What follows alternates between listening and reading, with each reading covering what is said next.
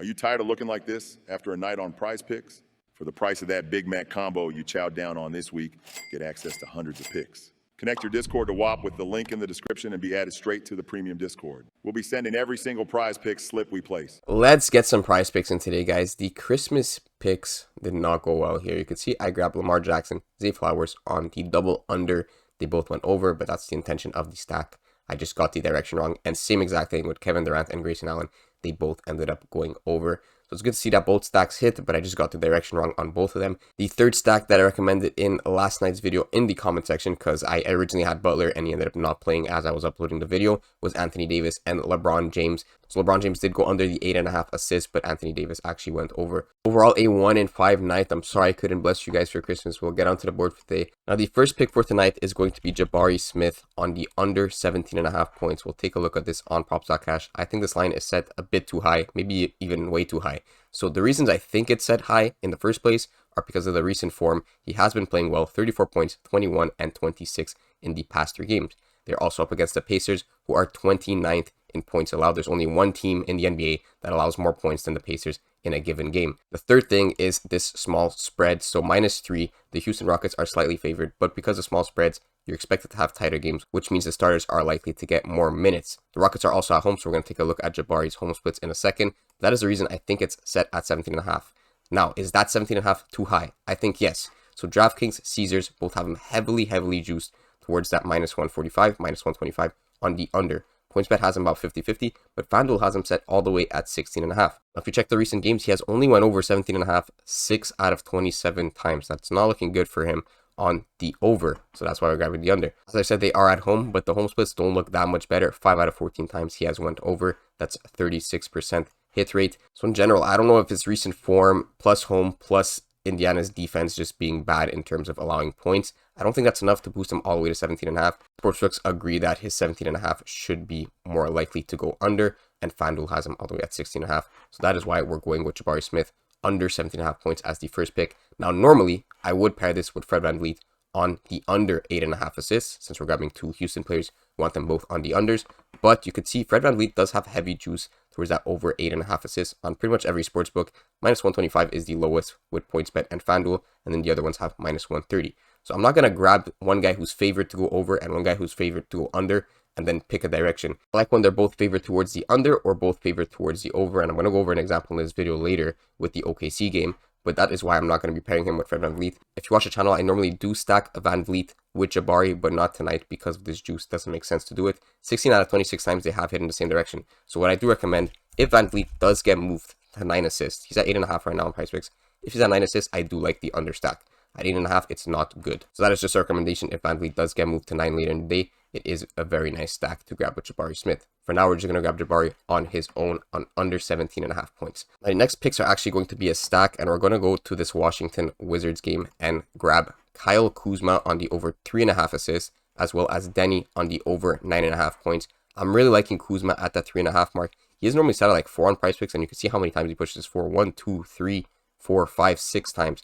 At 3.5, I'm really liking him. He has cleared that at 54% of the times this season. Every sportsbook has him favored towards the over except for FanDuel here. So you can see DraftKings and BetMGM. And I guess Caesars and PointsBet have him kind of flat at that 50-50. But I do like the fact that he has cleared this 54% of the times this season. And I also like that they're playing at home tonight. He has cleared this 7 out of 10 times. It's looking good. And even if you check last year's splits, he does play better at home, at least in terms of assists. Now, just one last thing about Kuzma is that he actually is a game-time decision, but he is expected to play at least 3 days ago on Underdog's report. If he's not playing, it doesn't really matter. I actually like the play even better because we are grabbing Denny on the over 9.5 points, right? So that's going to help Denny get more points if Kuzma is out. And Kuzma is just going to DNP. It's not going to really affect our entry too much. So Denny on the over 9.5 points is great. So you can see BetMGM actually has him at 10.5 and every other sportsbook has him at 9.5. Heavily juiced towards that over 9.5. He has cleared a 10.5 14 out of 28 times this season, so about 50% hit rate on that. But if we drop it down to 9.5, which is where we're actually getting him, we get an extra game on the season where he has went over that, so 54% hit rate. And again, at home, these splits are looking good 6 out of 10 times.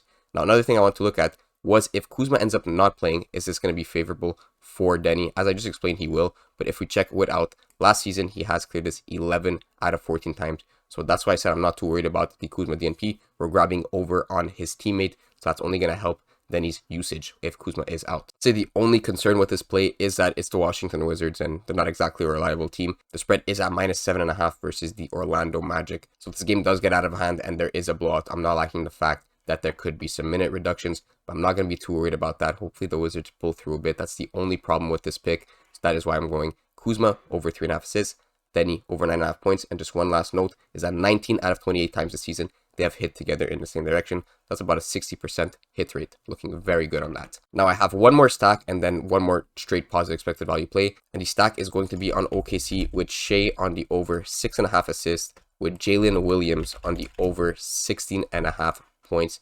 This is looking very nice. Jalen Williams is set too low and Shea has a lot of juice towards over 6.5. I'll just show you guys right here. We'll start with Shea. So over 6.5, every sportsbook has him juice towards the over. PointsBet even has him all the way at -140. DraftKings and MGM do agree at -135. So basically a lot of favorable juice towards that over. He has only cleared this 42% of the times this season, but I'm not worried because the main reason I'm liking this play is because Josh Giddey is likely out. Now he's only played one game without Josh Giddey this season. It was last game where he got the 7 assists, and Jalen Williams also got his points. I believe he got 28 points. We'll go check in a bit.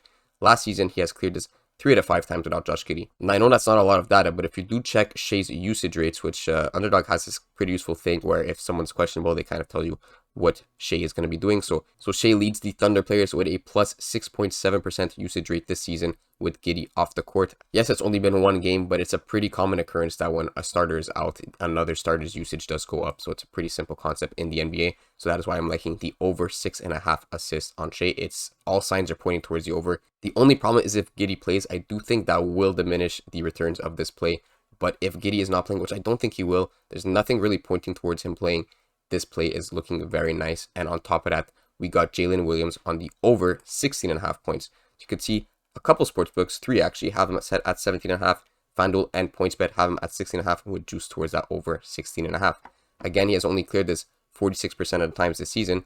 But if we grab Josh Giddey out of there, he has cleared this last game, which was 28 points versus the Lakers, where Shea also got that 7 assists. So these guys have hit in the same direction without Giddey. Now, it's generally hard to predict how this OKC team is going to play without Giddey because he's just not missed many games. But for the little data we have, I do think we're pointing in the right direction for this Shea and Jalen Williams stack. Now, this stack has only hit about 61% of the time this season, which is not amazing. But the main factor I'm really going for here is Giddey being out. I do think these lines are going to be bumped if Giddey is out 100%. The last thing I want to note about this particular game is the spread is at -2, so another tight game. When we're grabbing overs, we do like to see that for the additional minutes. Now, the last pick is going to be a straight positive expected value one, and we'll check it out here on props.cash. We are looking at Clint Capela on the 12.5 points, and we're going to be going for the over. You can see a couple sportsbooks, actually almost all of them except FanDuel, have him set at 13.5 points. So we're getting a full point extra for us. At 12.5, he has hit this 50% of the times this season. And look at his recent form. I mean, it's looking very, very nice. He has hit 14, the lowest in the past. I don't know how many games this is. 1, 2, 3, 4, 5, 6, 7, 8 games. And DeAndre Hunter is out. Clint loves going off without Hunter here. 4 to 5 times he has hit this season without DeAndre Hunter. And last season, he has hit 12 out of 17 times. So it's looking good without DeAndre Hunter. The only point of concern is that they are playing away. So you can see the splits get a bit worse for Clint when they are away. Another thing to note is that Trae Young is actually a game time decision, which is important to note because if we check without, he has hit this 50% of the time this season, 2 games, not much. But last season, he's only cleared this 2 out of 7 times without Trae. So based on that little data, it does look that Trae Young does help Clint Capela get his points. Of course, Trae Young is that assister. He's dropping like 12 assists a game, so a lot of those do go to Clint. So I think it would help for Trae to be in the lineup. But I'm not too concerned with Trae not playing. I just love the fact that DeAndre Hunter is not. That is going to help Clint Capela as we've seen in the recent games. So we're going to go lock in Clint Capela on the over 12.5 points. And that is going to be the slip for today. 2 positive expected value plays and then 2 stacks.